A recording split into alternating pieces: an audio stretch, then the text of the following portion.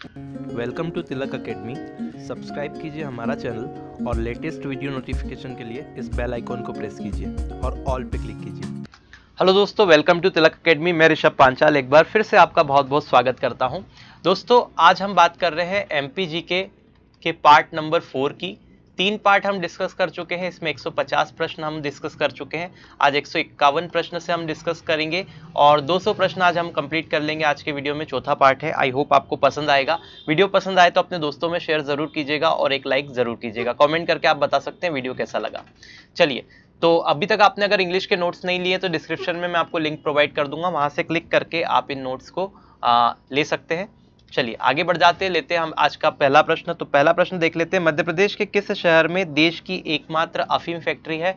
ये मैं already discuss कर चुका था पहले भी ये क्वेश्चन, ठीक है। तो इसका सही उत्तर है नीमच, है ना। तो ये आपको रिवाइज हो जाएगा एक बार। चलिए आगे बढ़ जाते हैं। एशिया का प्रथम विश्व का तीसरा लेजर अनुसंधान केंद्र मध्य प्रदेश के किस शहर में स्थित है? तो एशिया का ये फर्स्ट है और वर्ल्ड का ये थर्ड है, ठीक है। तो इसका सही उत्तर है इंदौर। तो इसका सही जो उत्तर होगा वो क्या होगा? इंदौर में स्थित है। तो आपको पहले अलग तरह से प्रश्न पूछा गया था, ये अलग तरह से, ठीक है। तो रिपीट है, ये सारे क्वेश्चन एग्जाम में पूछे हुए हैं। देश का एकमात्र जनजाति विश्वविद्यालय मध्य प्रदेश में किस शहर में स्थित है? तो इसका जो सही उत्तर होगा वो अमरकंटक। तो एकमात्र जनजाति विश्वविद्यालय जो है वो अमरकंटक में स्थित है। देश में वनों की सबसे अधिक क्षेत्रफल कौन से राज्य में है? तो इसका सही उत्तर है मध्य प्रदेश, जैसा कि आपको सभी को पता है, यह हम ऑलरेडी डिस्कस कर चुके हैं। सबसे अधिक जनजाति की संख्या वाला राज्य कौन सा है? तो सबसे अधिक जनजाति की संख्या वाला राज्य भी हमारा क्या है? मध्य प्रदेश। बहुत सारी वैरायटी यहाँ पर जनजाति की पाई जाती है।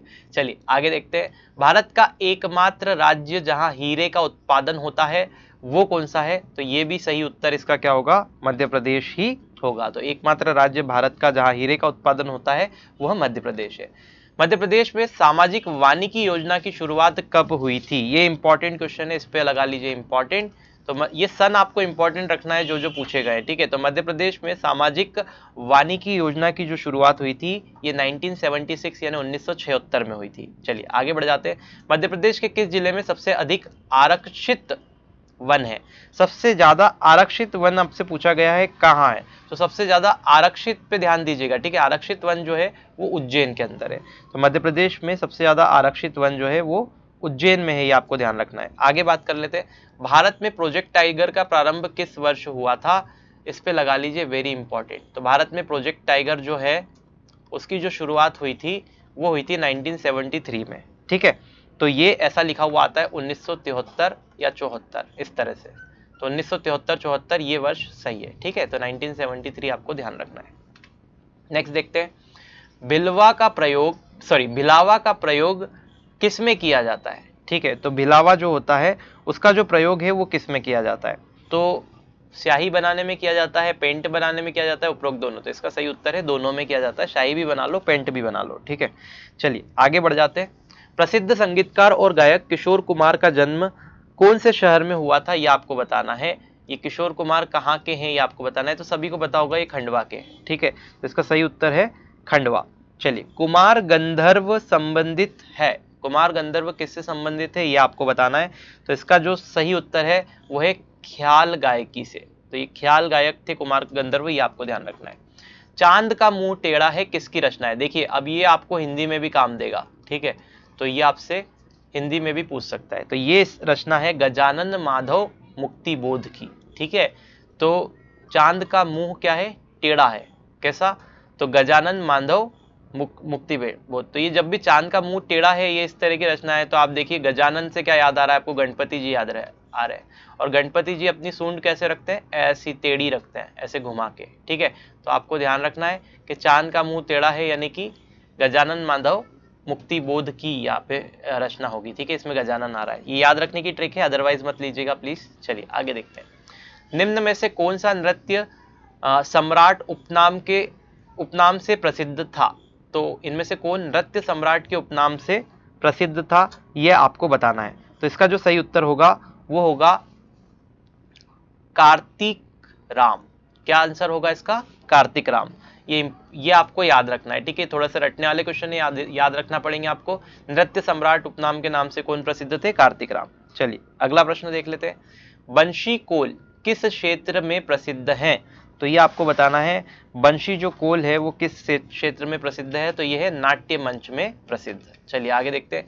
प्रसिद्ध शास्त्रीय संगीत गायिका बेगम असगरी बाई का जन्म कहाँ हुआ था? तो प्रसिद्ध जो शास्त्रीय संगीत गायिका है बेगम, इनका नाम क्या है? बेगम असगरी बाई। इनका जन्म जो हुआ था वो कहाँ हुआ था? तो ये हुआ था छतरपुर। किस क्षेत्र में प्रसिद्ध है? तो ये तो आपको सभी को पता होगा, बिरजू महाराज जो है वो नृत्य में प्रसिद्ध है। तो बिरजू महाराज कौन से क्षेत्र में प्रसिद्ध है?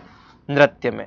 अच्छा, चित्रकारिता भी ये करते, तो यहाँ पे दोनों लिखा हुआ है ना, तो दोनों पे आप लगाइएगा कि नृत्य और चित्रकारी दोनों में प्रसिद्ध है। ठीक है, तो ये दोनों आएगा इसका उत्तर, सिर्फ नृत्य ना लगाइए। ठीक है, अगर चित्रकारी नहीं होता तो फिर हम नृत्य लगाते हैं।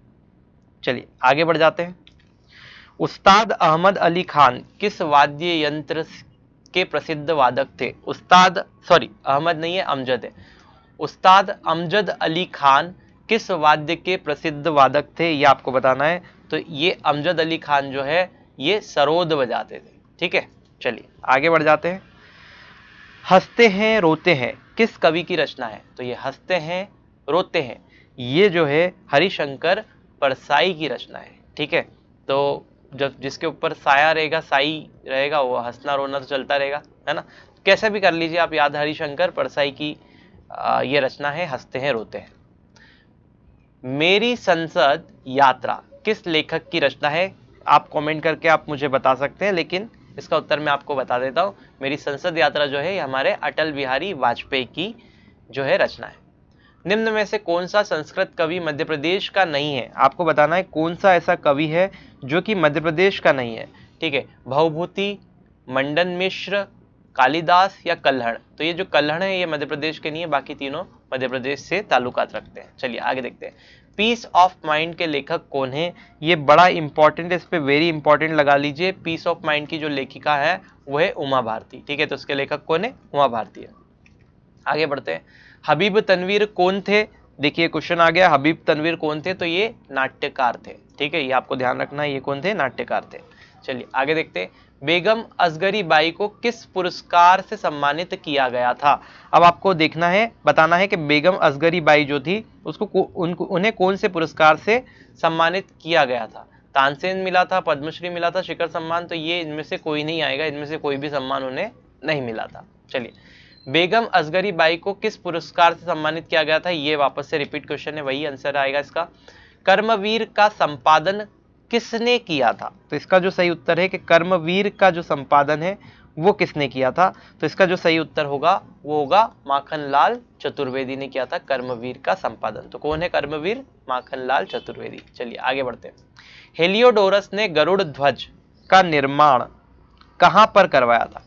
ये गरुड़ ध्वज का जो निर्माण है वो हेलियोडोरस ने कहां पर करवाया था? तो ये जो है आपके विदिशा में करवाया था। ठीक है, हमारे जो विदिशा है एमपी का, वहां करवाया था।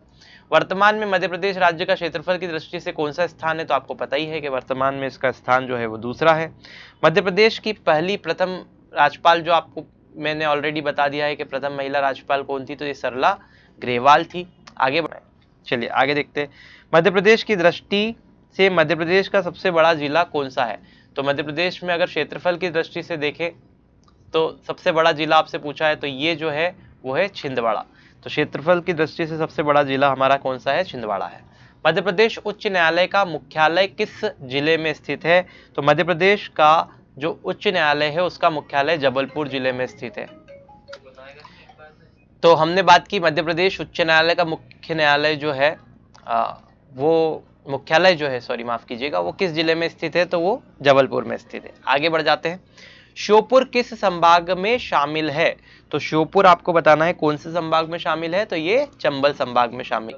ब्रिटिश काल में मध्य प्रदेश को किस नाम से जाना जाता था? तो ये मध्य प्रदेश को ब्रिटिश काल में सेंट्रल इंडिया के नाम से जाना जाता था, ये आपको ध्यान रखना है। चलिए आगे बढ़ते हैं। मध्य प्रदेश में किस संभाग में सबसे अधिक जिले शामिल है? तो मध्य प्रदेश के इंदौर संभाग में सबसे ज्यादा जिले शामिल है। राजस्थान के कोटा जिले की सिरोंज तहसील को मध्य प्रदेश के किस जिले में शामिल किया गया है? तो राजस्थान की कोटा जिले की सिरोंज तहसील को मध्य प्रदेश के विदिशा जिले में शामिल किया गया है, ये आपको ध्यान रखना है। सन 2018 में सिंगरौली जिले का गठन किस जिले का विभाजन करके किया गया है? तो सिंगरौली जिले का जो गठन है वो किस जिले का विभाजन करके किया गया है, यह आपको बताना है। तो इसका सही उत्तर है सीधी। सीधी इसका को तोड़कर बनाया गया सिंगरौली। मध्य प्रदेश के विभाजन से पहले कितने राज्यों की सीमाएं राज्य को छूती थी? तो मध्य प्रदेश के विभाजन के पहले की बात की है तो पहले 7 राज्यों की सीमाएं राज्य को छूती थी। अब विभाजन के बाद में 5 राज्यों की सीमा छूती है। ठीक है, छत्तीसगढ़ जब अलग हुआ। मध्य प्रदेश राज्य का उच्च न्यायालय किस जिले में है? तो मध्य प्रदेश राज्य का आपको बताना है उच्च न्यायालय जो है वो कौन से जिले में? तो इसका जो सही उत्तर है वो है जबलपुर में। ठीक है, तो उच्च न्यायालय जो है जबलपुर में है। ग्वालियर इंदौर में इसकी खंडपीठ है। तो ये आपको ध्यान रखना है। चलिए, तो ये वीडियो हमारा यहीं पर खत्म होता है। अगर आपको ये वीडियो पसंद आया है तो चैनल को सब्सक्राइब कीजिए। अगर अभी तक आपने